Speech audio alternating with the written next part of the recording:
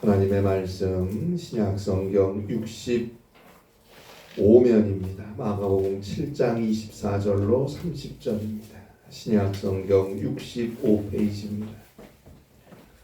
신약성경 65쪽에 있는 말씀입니다. 마가복음 7장 24절로 30절까지입니다.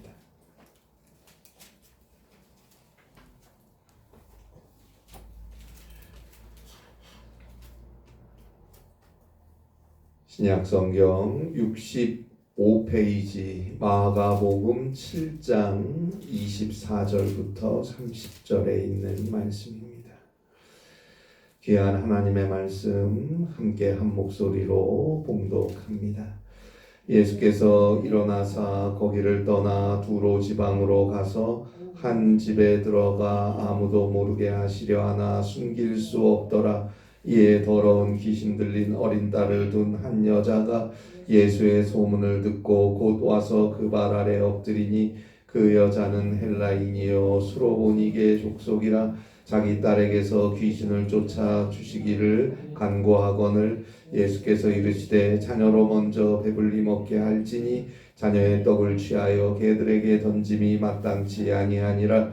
여자가 대답하여 이르되 주여 올소이다마는 상 아래 개들도 아이들이 먹던 부스러기를 먹나이다.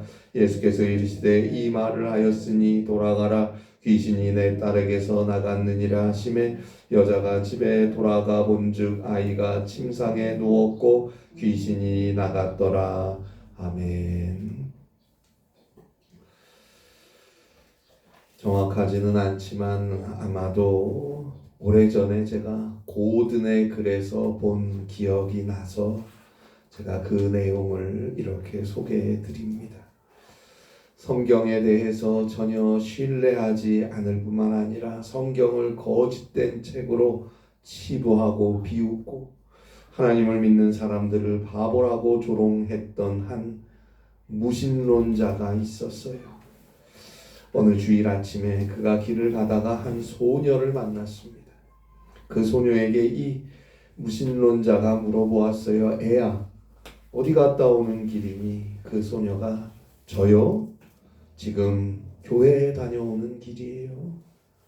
주일이잖아요. 하나님께 예배하고 또 하나님에 대해서 말씀을 듣고 배우고 오는 길이에요. 밝게 대답을 합니다. 그러자 무신론자는 이 소녀의 순박한 믿음을 깨뜨려 보려는 속셈으로 이런 말을 해요. 하나님이 어디 계시는지 나에게 말해줄 수 있겠니? 그러면 이 사과를 하나 줄게. 그러자 소녀는 웃으며 이렇게 대답했어요.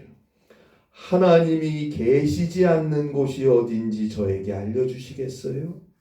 그러면 제가 사과를 2개 드릴게요.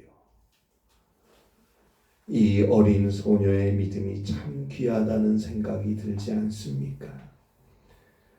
앞으로 믿음 가운데 이 소녀가 계속 자라난다면 그 앞날에 하나님의 은혜가 함께 할 것이라는 것을 충분히 짐작할 수 있습니다. 1889년에 2 아이가 태어났습니다. 한 아이는 오스트리아인 부부 사이에서 태어났는데 그 어머니는 아이를 돌보고 가정을 돌보고 주부로서의 일에는 전혀 흥미가 없었고 사교 생활에만 취해서 밖으로 나돌아다니기만 했어요. 그러다가 아버지가 죽고 어머니는 여전히 밖으로 돌아다니며 소위 남자들과 어울려 노는데 정신이 팔려서 이 아이를 알코올 중독자였던 숙모에게 맡겨버리고 자신은 도망갔습니다. 어느덧 16살이 된 이 소녀는 학교를 중퇴하고 가출을 합니다. 그리고 닥치는 대로 일을 하며 하루하루를 살아가다가 독일 군대에 들어갔습니다. 제1차 세계대전에서 독일이 패했습니다. 그는 정치에 입문해서 극렬분자가 되었고 결국 1933년 독일의 총통이 되었습니다. 그가 바로 아돌프 히틀러입니다. 그로 인해 독일과 전 세계가 전쟁에 휘말렸고 그 후 80여 년이 지난 오늘까지도 수많은 사람들이 그가 내뿜었던 독기의 후유증을 앓고 있어요. 특별히 그의 어머니는 오스트리아 국적을 가지고 있었지만 혈통상 유대인이었습니다. 그래서 히틀러는 여인을 싫어하고 유대인을 싫어했습니다. 특별히 유대인 여자들을 싫어했습니다. 극도로 증오했습니다. 자신을 방치하고 밖으로만 나돌았던 어머니의 모습이 그에게 너무 강렬하고 증오스럽게 남아 있었기 때문입니다. 그래서 그는 유대인 600만 명을 학살하는 인류 역사상 가장 끔찍했던 범죄를 저지르고 맙니다. 당시 유럽에 살고 있었던 유대인들이 950만 명이었어요. 3분의 1을 죽인 거예요. 유대 어린아이만 150만 명이 죽었습니다. 1941년부터 45년까지 자행되었던 이 끔찍하고 처참했던 범죄가 바로 홀로코스트입니다. 누가 이 아이를 이처럼 끔찍한 괴물로 만들었습니까? 그런가 하면 같은 해인 1889년 또 다른 아이가 미국 텍사스에서 태어났어요. 이 소녀는 아버지와 어머니의 사랑을 흡족하게 받고 자랐어요. 특별히 그 아버지는 이 소년에게 언제나 모든 일에 하나님을 두려워해야 한다. 가훈처럼 늘상 그에게 이 소년에게 가르쳐 주었고 가족 모두가 교회를 충실하게 섬기는 예배자들이었어요. 이 소년은 자라서 웨스트포인트 사관학교에 입학하고 훗날 미국의 제34대 대통령이 되었습니다. 그가 바로 드와이트 아이젠하워입니다. 제2차 세계대전 당시 1944년 6월 6일 독일의 히틀러와 미국의 아이젠하워는 전투에서 대면하였습니다. 이 두 동갑내기는 그렇게 11개월을 싸웁니다. 히틀러는 1945년 4월 3일 지하 방공 대피소에서 스스로 목숨을 끊었습니다. 이 소식을 접한 세계는 환호했습니다. 반면 제2차 세계대전을 승리로 끝낸 후 14년을 인류를 위해 봉사하다가 떠난 아이젠하워는 1969년 80세를 일기로 평화롭게 눈을 감았습니다. 세계는 그의 죽음을 슬퍼하고 애도했습니다. 지금도 위대한 미국의 10대 대통령 중 한 사람으로 많은 이들이 존경하고 그리워하고 있습니다. 부모의 모습, 부모의 자녀 교육, 부모의 신앙이 이처럼 서로 엇갈린 두 사람의 운명을 만든 것 아닐까요? 잠언 22장 6절입니다. 마땅히 행할 길을 아이에게 가르치라. 그리하면 늙어도 그것을 떠나지 아니하리라. 마땅히 행할 길을 아이에게 가르치라. 에베소서 6장 4절입니다. 또 아비들과 자녀들아, 아비들아 너희 자녀를 노엽게 하지 말고 오직 주의 교훈과 훈계로 양육하라.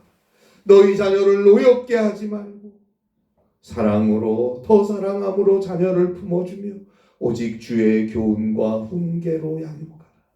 오직 하나님의 말씀으로 자녀의 길을 가르쳐 주어야 합니다. 마땅히 행할 길을 아이에게 가르쳐야 합니다. 어려서부터 하나님께 예배하고 하나님의 말씀을 들려주고 가르쳐 주어야 합니다. 커서도 예배자로 계속해서 그 길을 인도해 주어야 합니다. 하나님을 경외하는 아이로 교육해야 합니다. 하나님께 맡기고 하나님께 기도하고 눈물로 기도하고 주의 말씀을 가르치고 사랑으로 키운 자녀는 망할 수가 없습니다. 하나님께서 그 길을 인도하시고 지켜주실 테니까 말입니다. 여러분, 우리의 자녀들 또 우리 교회, 우리 주위의 이 땅의 자녀들을 위해서 기도하세요. 하나님께 그 자녀를 놓고 눈물로 기도하세요. 그리고 언제나 늘 기회가 될 때마다 하나님의 말씀을 들려주고 그 말씀을 따라 삶을 선택할 수 있도록 지도해 주어야 합니다. 그 아이가 자라서 늙어서도 결코 그 길을 떠나지 않을 것입니다. 오늘 이 세상에서 이 세상을 한번 보세요. 이 세상에서 하나님이 아니면 누가 우리의 자녀들을 지켜줄 수 있겠습니까? 잠언 127편 4절입니다. 젊은 자의 자식은 장사의 수중의 화살 같도다. 젊은 자의 자식은 장사의 수중의 화살 같으니, 이게 무슨 말일까요? 젊은 자의 자식이면 어린아이들 아닙니까? 그들이 장사의 수중에 있는 화살 같다는 말은 그들이 부모에게 힘과 축복이 될 것이다 라는 뜻이에요. 하나님의 말씀으로 그리스도의 사랑으로 주께 기도하며 믿음으로 양육한 자녀들은 훗날 하나님의 축복 안에서 부모의 힘이 된다는 뜻입니다. 시편 127편 5절입니다. 이것이 그의 화살통에 가득한 자는 복되도다. 복되도다. 반면 주의 사랑과 주의 말씀에서 믿음으로 자라나지 못한 자녀들은, 세상에 빠진 자녀들, 욕심과 이기심에 빠진 자녀들, 하나님의 뜻을 떠난 자녀들, 큰 근심과 염려와 짐이 되지 않겠습니까? 그러면 그건 누구 탓입니까? 하나님은 분명히 축복으로 젊은 자의 자녀들을 장사의 수중의 화살과 같은 존재들로, 시편 127편 3절의 고백대로 하면 보라, 자식들은 여호와의 기업이요 태의 열매는 그의 상급이로다. 하나님의 기업이고 하나님의 상급으로 우리에게 자녀를 주셨는데, 그 자녀가 올바르게 자라지 못한다면 그것은 부모인 우리에게도 책임이 있는 거 아닙니까? 이 땅의 어린아이들, 이 땅의 젊은이들, 청년들 잘못 간다면 그건 어른인 우리에게 책임이 있는 거 아니에요? 회개하고 이제라도 하나님이 주신 소중한 기업인 자녀들, 젊은이들을 위해서 기도해야 합니다.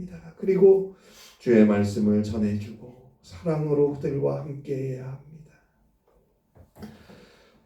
사실 요즘 가끔씩 들려오는 뉴스가 어머니가 어떻게 저러나, 아버지가 어떻게 저러나, 그런 거에 너무 가슴이 아프고 또 놀라는 일도 많이 있지만, 사실 이 땅의 대부분의 어머니들은, 많은 어머니들은 자신의 자녀들을 정말 사랑합니다. 자신보다 더 사랑합니다. 어버이날에 우리가 부르는 어머니 은혜라는 노래를 아시죠? 높고 높은 하늘이라 말들 하지만 나는 높은 게 또 하나 있지.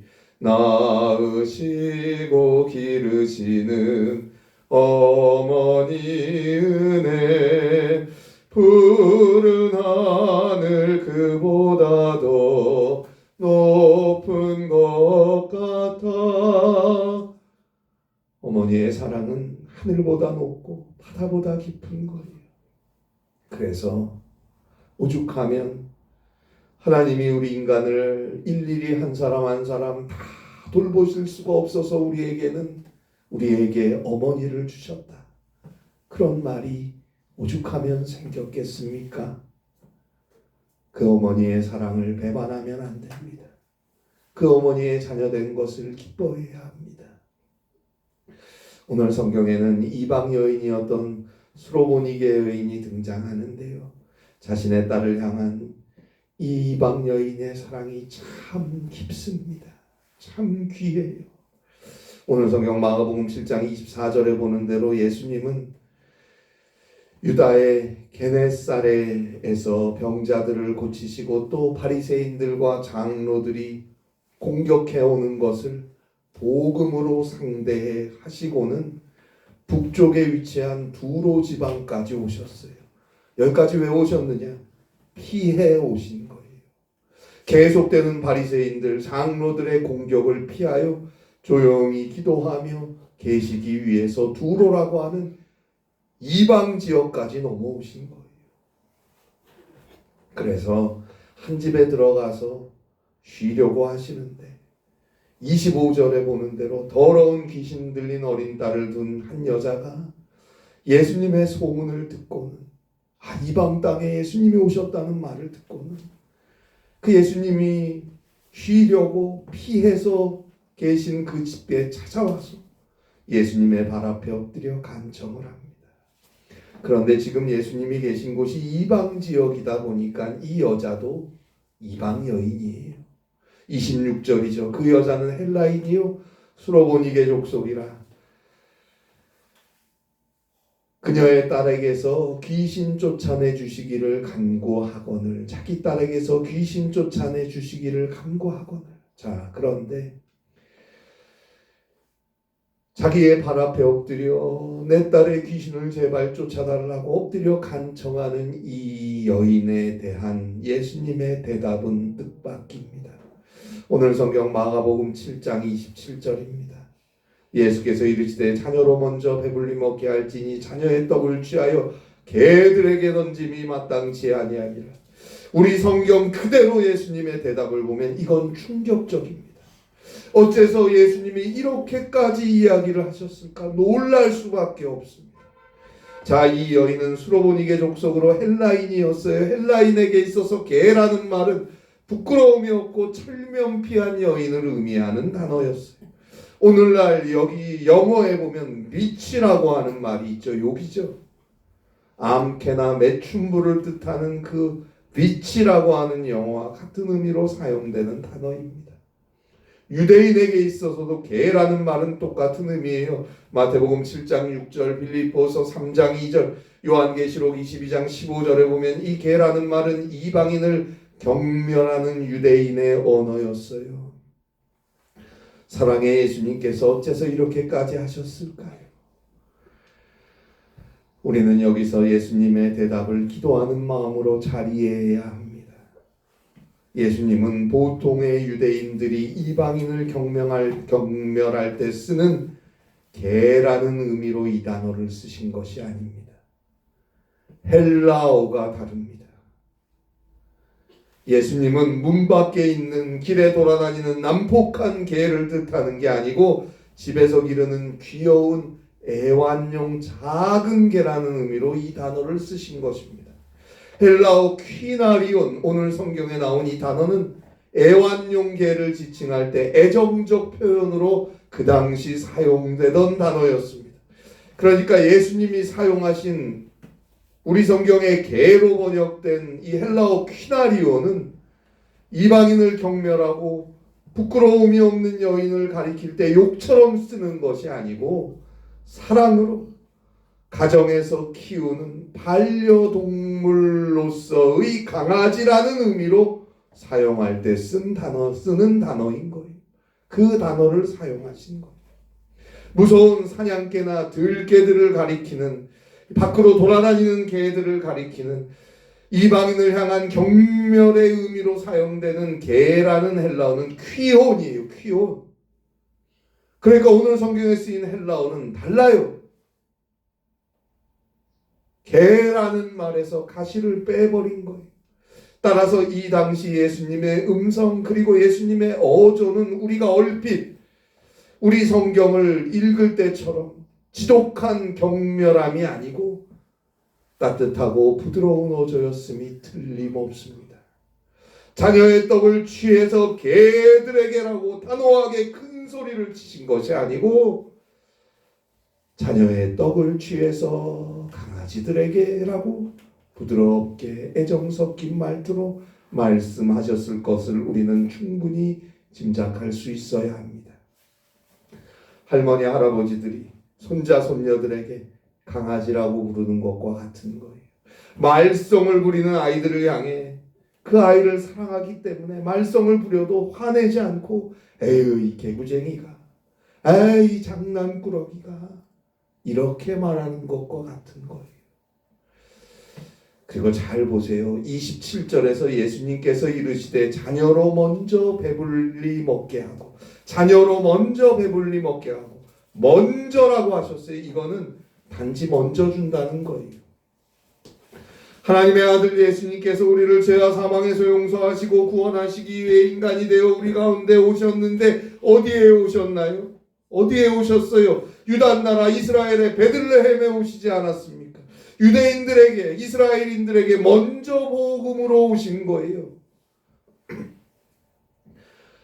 그러나 그것은 단지 먼저 최초로 그들에게 기회를 주신 거예요. 그러나 그들은 어떻게 했습니까? 자신들 땅에 자신들 눈앞에 오신 예수님을 십자가에 못 박고 말지 않았습니까? 그리고 2000년이 지난 지금도 여전히 예수님을 믿지 못하고 있지 않습니까? 마가복음 10장 31절에 먼저 된 자가 나중 된다는 예수님의 말씀은 이런 경우에 해당되는 말씀입니다. 먼저 최초로, 그건 단지 먼저인 것이고 그 뒤에 계속 다른 사람들에게 복음은 전해지는 것입니다. 그래서 지금 2000년이 지난 오늘 온 세계에 주의 교회가 세워지고 온 땅, 온 민족들에게, 온 인류에게 그리스도의 복음이 전해지고 있지 않습니까? 자, 오늘 이 여인 헬라 사람, 그러니까 그리스 사람이죠. 지금으로부터 2000년 전 철학은 헬라가 주도했어요. 헬레니즘이 철학과 사상과 문화를 지배하던 시대였어요. 따라서 헬라 사람이라고 하면 다른 나라 사람들에 비해 더 교육을 받고 더 지적이고 재치 있고 지혜로운 생각을 하는 사람들이었어요. 이 여인은 예수님의 이 말씀을 듣고 자신 앞에 기회의 문이 열리는 것을 알았던 것입니다. 2000년 전 헬라 사람들은 나이프나 포크를 사용하지 않았습니다. 양손으로 그냥 먹었어요. 그들은 밖에 나갔다가 들어오면 더러워진 손을 빵 덩어리로 닦고 나서 그 손을 닦은 빵을 바닥에 던집니다. 그러면 그것을 집에서 기르는 반려동물이 먹어요. 이 여인은 이 생각을 한 거예요. 그래서 오늘 성경 마가복음 7장 28절에서 여자가 대답하여 이르되 주여 올소이다마는 상 아래 개들도 아이들이 먹던 부스러기를 먹나이다. 주님 앞에 엎드려 대답을 합니다. 그녀의 신앙은 긍정적이고 밝은 신앙이었어요. 어려움과 고난 속에서도 주님이 주시는 하나님의 말씀을 늘 믿음 가운데 긍정적으로 밝게 받아들이는 믿음이 있었다는 말입니다. 병든 딸, 귀신 들린 딸을 가지고 일생을 고생하고 고난에 차 있었던 여인이었지만 그녀의 마음은 언제나 주의 말씀에 활짝 열려 있었고 기쁨으로 받아들일 준비가 되어 있었던 신앙이었던 거예요. 그녀의 신앙은 진실했습니다. 결국 그녀의 기도는 이루어졌습니다.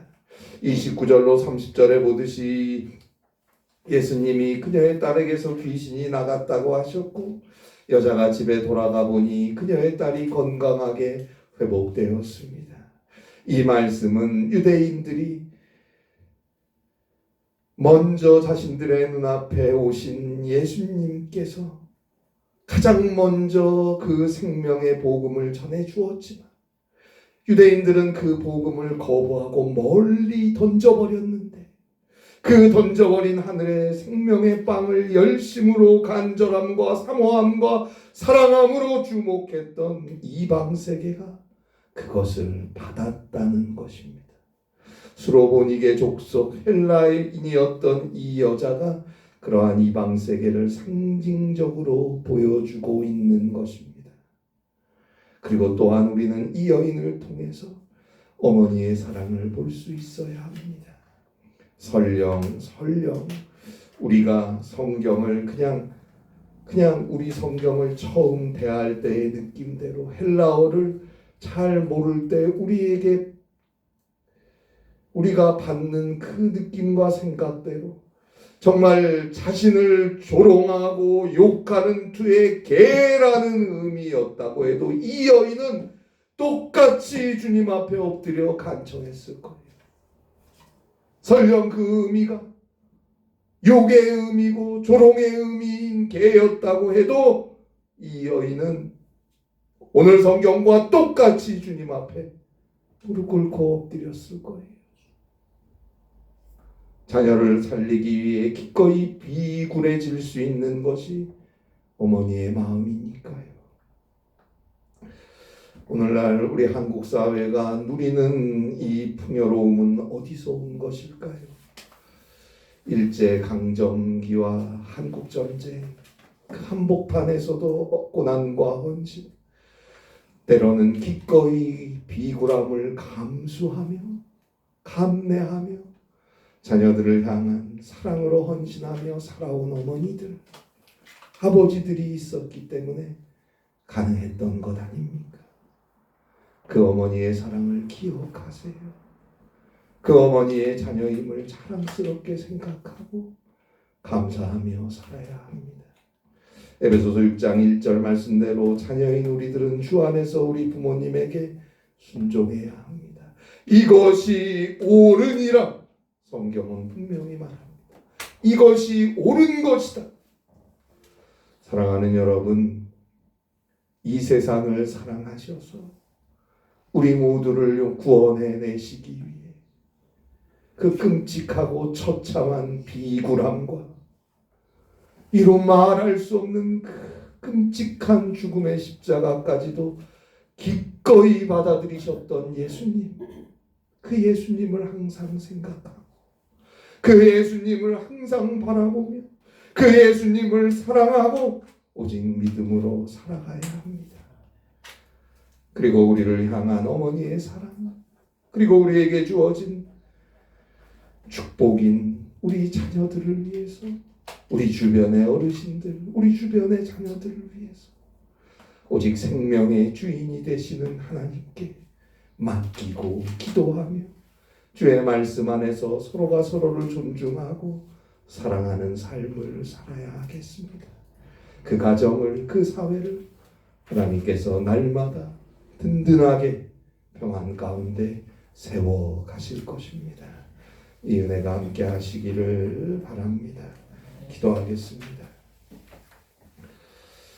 하나님 아버지, 주님의 크신 은혜와 사랑 가운데 오늘도 구원받은 주의 자녀로 하나님을 아버지로 부르며 자녀로 살아가게 하시니 감사합니다. 하나님을 사랑하고 그리스도를 사랑하고 그 은혜를 잊지 않고 감사하며 늘 주의 뜻을 따라 믿음으로 살아갈 수 있게 하옵소서. 우리에게 허락하신 부모님들, 귀한 어른들, 우리에게 허락하신 또 귀한 우리 자녀들, 귀한 어린아이들, 젊은이들 늘 위하여 기도하고 그들에게 주의 뜻을 전하고 나누고 주님의 은총 안에 서로 사랑하며 아름다운 가정, 아름다운 교회, 아름다운 사회를 이루어 갈 수 있는 우리 모두가 되게 하옵소서. 주의 은혜를 내려 주시옵소서. 성령께서 함께하여 주시옵소서. 예수님의 이름으로 기도합니다. 아멘.